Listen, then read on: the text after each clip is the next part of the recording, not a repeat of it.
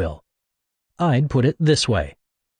The story of the Bible is about God's will for and rule of the realms He has created, visible and invisible, through the imagers He has created, human and non-human. This divine agenda is played out in both realms, in deliberate tandem. The term imager may be unfamiliar. Later in this chapter, I'll explain what it means to be one. The part aligns with the description in Genesis. Hebrew grammar is the key. The turning point is the meaning of the preposition in with respect to the phrase in the image of God. In English, we use the preposition in to denote many different ideas. That is, in doesn't always mean the same thing when we use that word. For example, if I say, put the dishes in the sink, I'm using the preposition to denote location. If I say, I broke the mirror in pieces, I'm using in to denote the result of some action.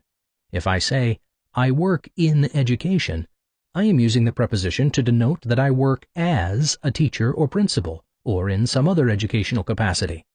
This last example directs us to what the Hebrew preposition translated in means in Genesis 1:26. Humankind was created as God's image. If we think of imaging as a verb or function, that translation makes sense. We are created to image God, to be His imagers. It is what we are by definition. The image is not an ability we have, but a status. We are God's representatives on earth. To be human is to image God.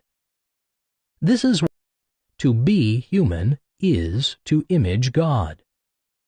This is why Genesis 1:26 and 27 is followed by what theologians call the dominion mandate in verse 28. The verse informs us that God intends us to be Him on this planet. We are to create more imagers, be fruitful and multiply, fill, in order to oversee the earth by stewarding its resources and harnessing them for the benefit of all human imagers, subdue, rule.